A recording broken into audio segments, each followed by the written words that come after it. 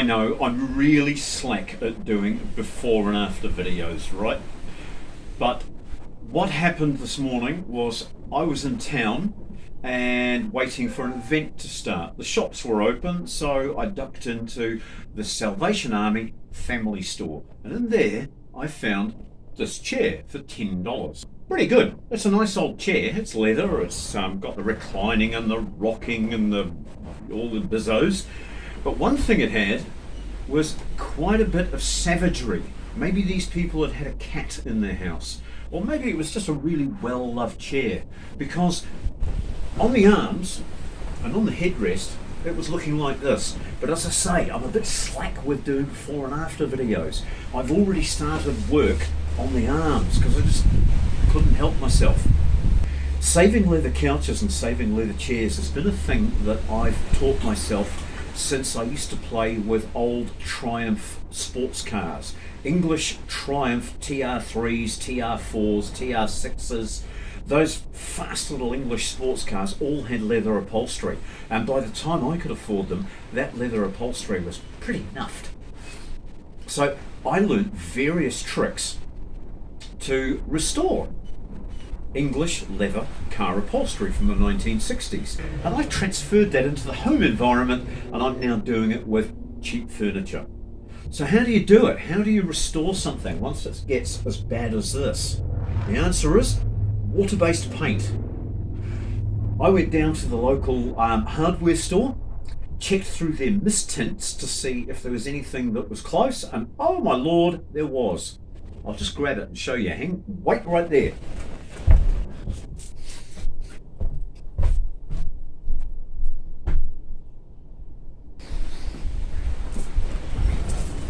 So, it's simplicity itself. Get yourself some water-based paint. As I say, this was a mist tint. It was something that somebody had asked for, and it was mixed up wrong and the shade was incorrect. So it went onto the shelf and it was put out for $5. So I scored this.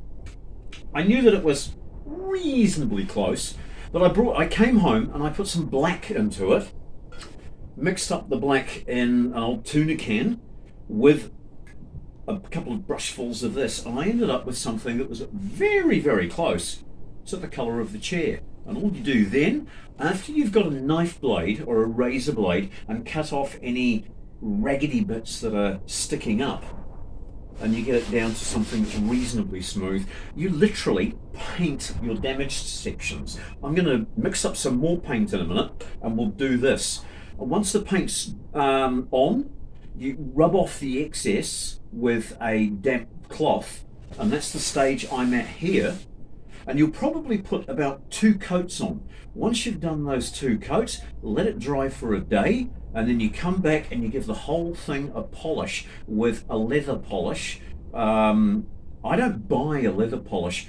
I make up something that is 50% beeswax, 50% avocado oil, and those two together form paste that you can just wipe out with a rag and rub into leather. And I use it on shoes, leather bags, furniture. It's a great waterproofing, and it just adds suppleness and brings things back to life. And that will put the gloss back into these arms. The arms are a little flat now because they've had the paint on, but once I put another coat of paint and then I hit it with the 50% avocado oil, 50% beeswax mixture that I've got, polish it all up, this will be a reasonable chair again. Now, some of the leather furniture that I've had in the past has been 100% leather. This looks nice, but it's not 100% leather. The panels over the back here and down the sides are vinyl. And we've also got a piece of vinyl down here, and that's quite hammered, technical term. It's had the same wear that the arms have had, but I can't do the same kind of, but I can't do the quality repair that I can do to leather, because leather is a natural product. Vinyl is a man-made petroleum product where you've got a plastic applied to a cotton backing, so it peels off. It's not as durable as real leather. I've coloured it in here, you can see, so the colour's correct, but I have got these feathery edges. I'm not going to be able to clean those up. So that will not be 100% repair, but these here, I'm looking at a good 70 to 75% visible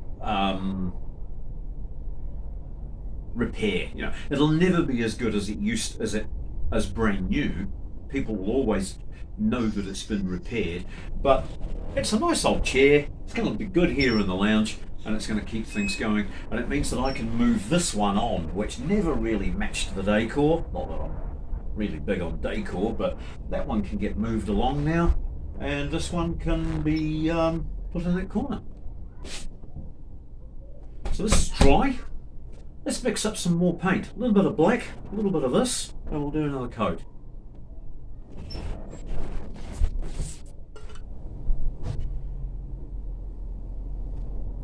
So here's my black. We'll just get a couple of brushfuls of black and put them in here.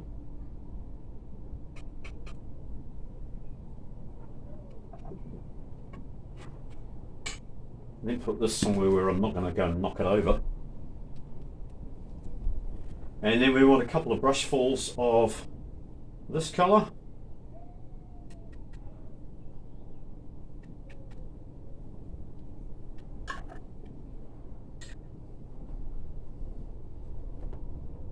And if I mix the two together, you'll see how it'll become quite close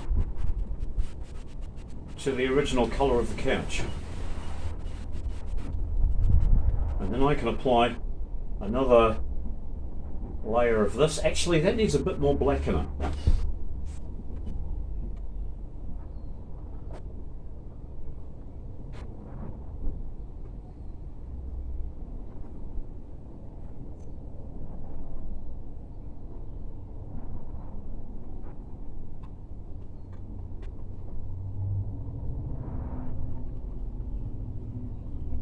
If you're doing this, you must remember it's water-based paint that you use. Never use solvent-based paint. Okay, still a bit more black.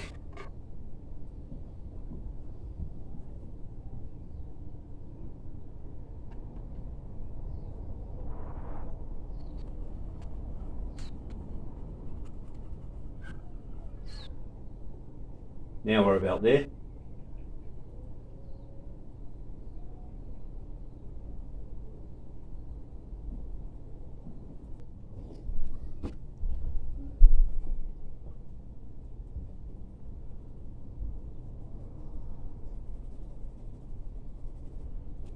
Just rub it well into all the cracks and damaged parts. And then we'll get a slightly damp rag after a few minutes and wipe that off. Let's move on to this back piece here.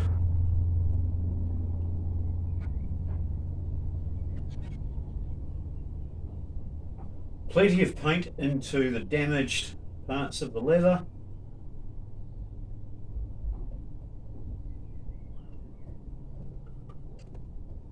As I say, this sometimes takes 2 applications.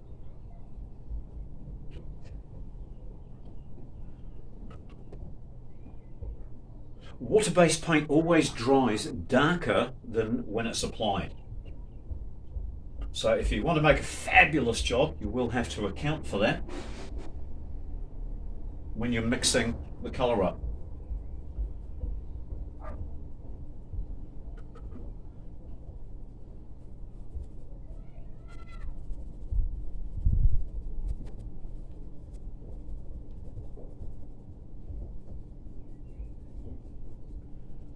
Okay, I'm going to go and get a damp cloth now and wipe this off, and then we'll leave it to dry for half an hour, and I'll come back and do a second coat.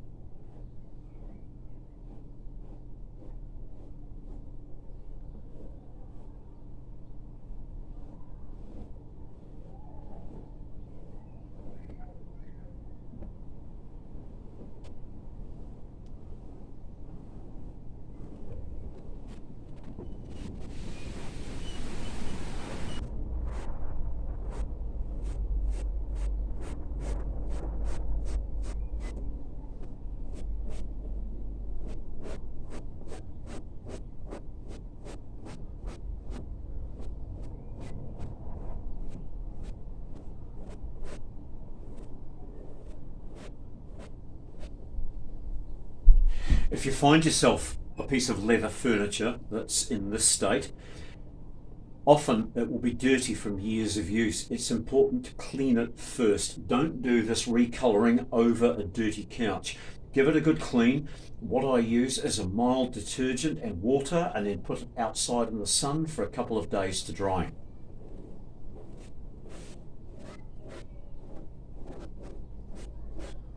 Once the area around it is clean,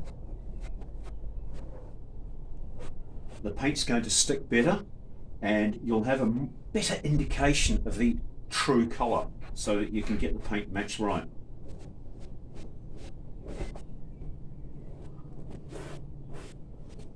Right, I'll go and rinse this rag and come back and give it a second wipe.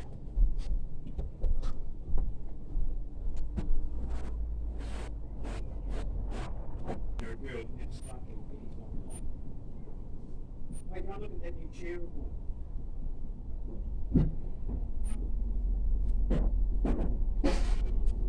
Not finished yet, I'm halfway through the process. Wow.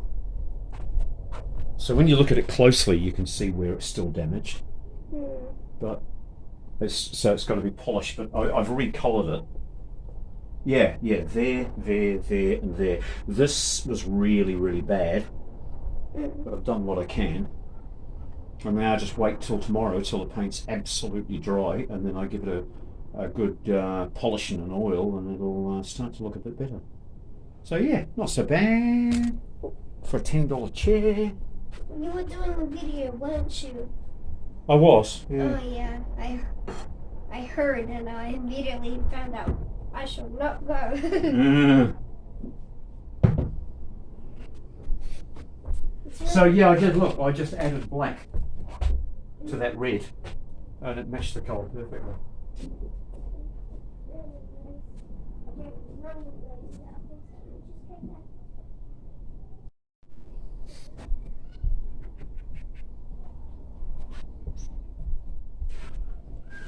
Rightio. So it's tomorrow, and I'm back with the avocado and beeswax mix. And hopefully that'll give this a shine up. Blend it in with the rest of the chair.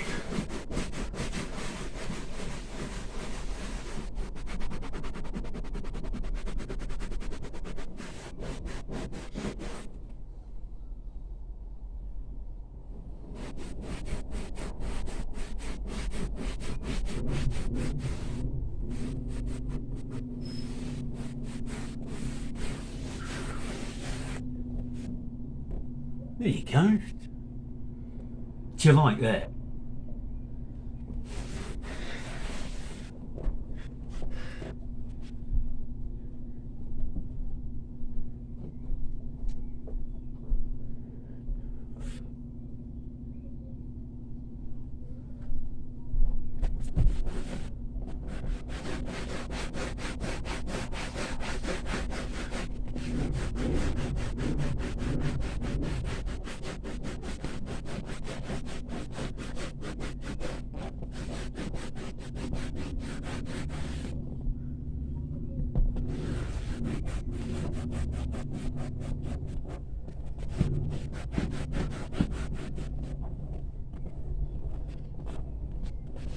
So just to remind you, $10 chair at the Salvation Army family store, $4 for a mist-tint of a dark red paint from the hardware store, and I tipped a little bit of black into that to make it match the colour of this chair,